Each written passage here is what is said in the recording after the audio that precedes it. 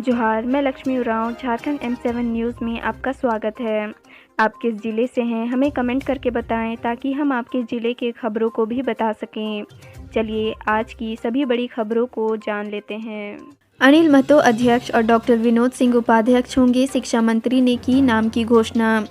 3 महीने के मंथन के बाद अब झारखंड एकेडमिक काउंसिल के अध्यक्ष और उपाध्यक्ष के नाम की घोषणा हो गई है।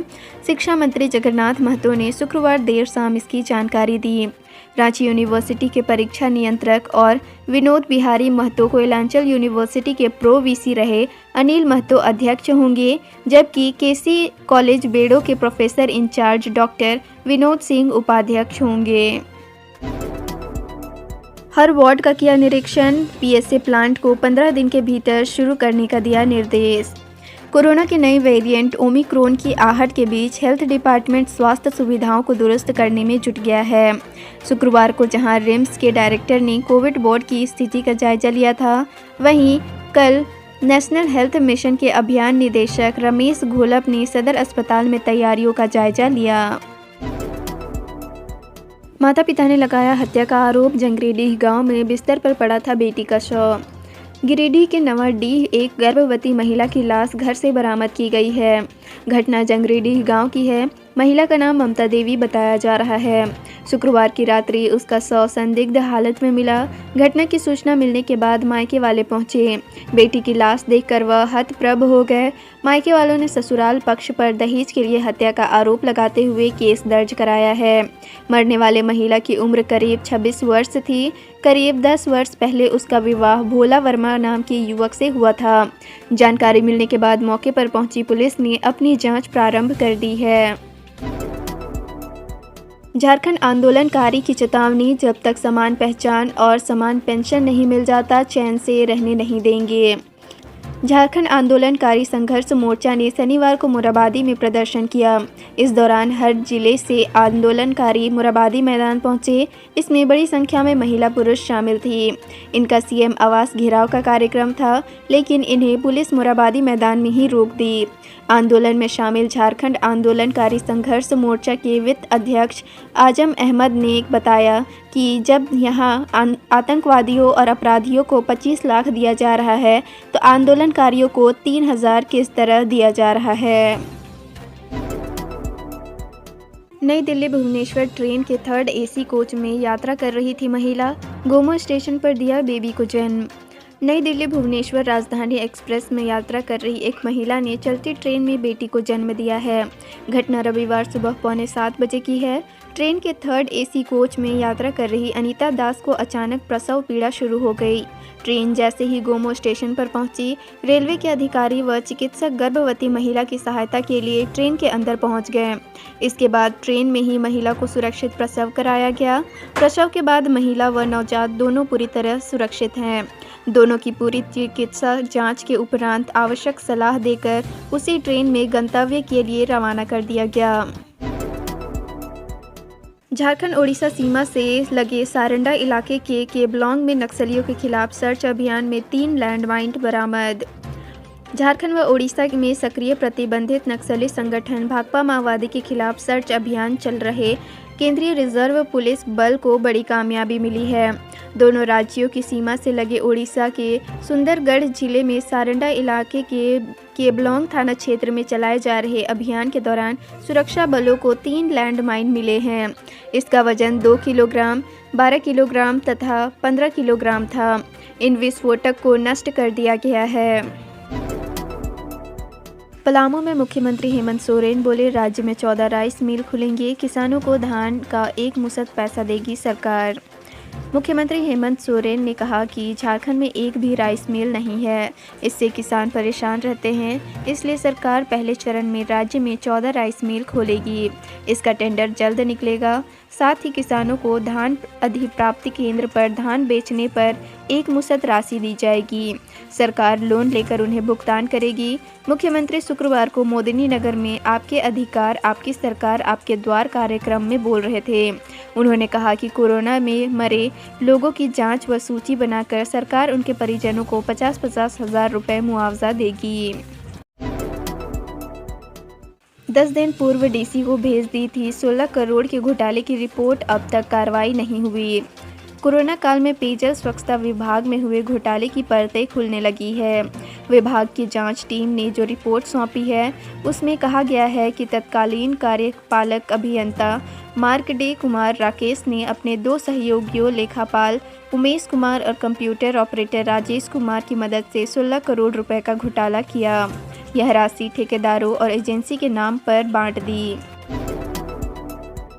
रांची से आ रही थी बस, हाई स्पीड के कारण हुआ हादसा, घायलों में 10 महिला।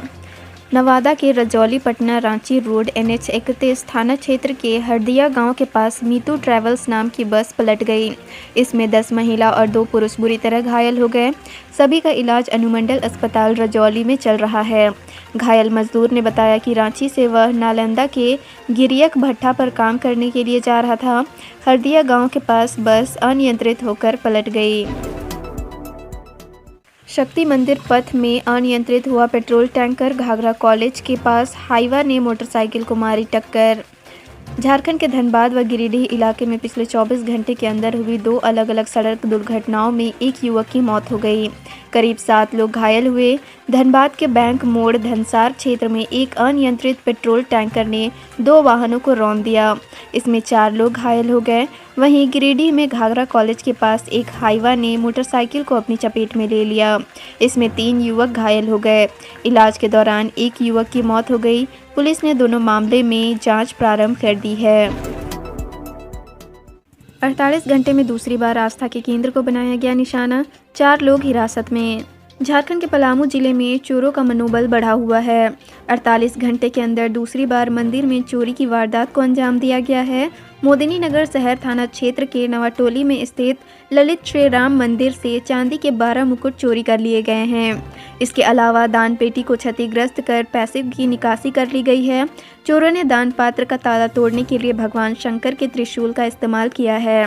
पुलिस ने इस मामले में पूछताछ के लिए 4 लोगों को हिरासत में लिया है। आदिवासी संगठनों ने राजभवन में किया शक्ति प्रदर्शन, कहा राष्ट्रीय धरोहर को मिटाने की हो रही साजिश। चान्हो के सिलागाई में एकलव्य आवासीय विद्यालय बनाने को लेकर तनाव जारी है।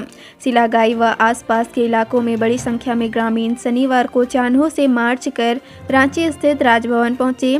यहां इन्होंने अपनी मांगों को लेकर प्रदर्शन किया। इस दौरान ग्रामीणों ने रांची डीसी और स्थानीय विधायक बंधु तिर्की के खिलाफ जमकर नारेबाजी की। बैलगाड़ी के जरिए एक स्थान से दूसरे स्थान तक हो रही थी तस्करी, पुलिस ने मारा छापा। झारखंड के गिरिडीह जिले में शनिवार की सुबह पुलिस ने छापा मारकर अवैध कोयला जब्त किया। जिले के मुफस्सिल थाना अंतर्गत पेट्रोलिंग पर निकली टीम को सूचना मिली थी कि बैलगाड़ी के जरिए कोयले की तस्करी हो रही है। पुलिस की कार्रवाई में कोयले से लदी बैलगाड़ी बरामद हो गई। पुलिस ने सारा माल जब्त कर लिया है। गाड़ी को नष्ट कर दिया है। देर रात दुकान बंद कर लौट रहे थे घर, सड़क किनारे खड़ी ट्रक में मारी टक्कर। हरमू रोड गौशाला चौक के पास रहने वाले युवक व्यवसायी सह बीजेपी नेता सुदीप गुप्ता की शुक्रवार देर रात सड़क हादसे में मौत हो गई। सुदीप कटहल मोड़ के पास इंटीरियर डेकोरेशन आइटम की दुकान चलाते थे। रात 10:30 बजे दुकान बंद कर अपनी कार से घर लौट रहे थे। इस दौरान इटकी रोड पर बजरा के निकट जसलोक अस्पताल के पास सड़क किनारे खड़ी ट्रक में गुप्ता ने जोरदार टक्कर मार दी। टक्कर इतनी ज़बरदस्त थी कि कार के परखच्चे उड़ गए। दुर्घटना के दौरान मौके पर ही मौत हो गई। करीब 3000 छात्राओं का नहीं हो पा रहा है रजिस्ट्रेशन, केयू के वीसी निरीक्षण के लिए पहुंचे। झारखंड के पूर्वी सिंहभूम में स्थापित जमशेदपुर विमेंस यूनिवर्सिटी में सत्र 2021 में नामांकन लेने वाली छात्राओं के रजिस्ट्रेशन का मामला फंस गया है।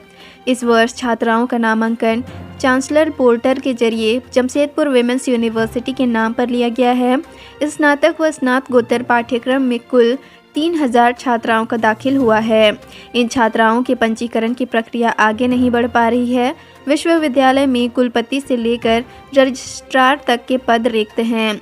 ऐसे में छात्राओं के रजिस्ट्रेशन रसीद व आवेदन पर हस्ताक्षर करने वाला कोई नहीं है।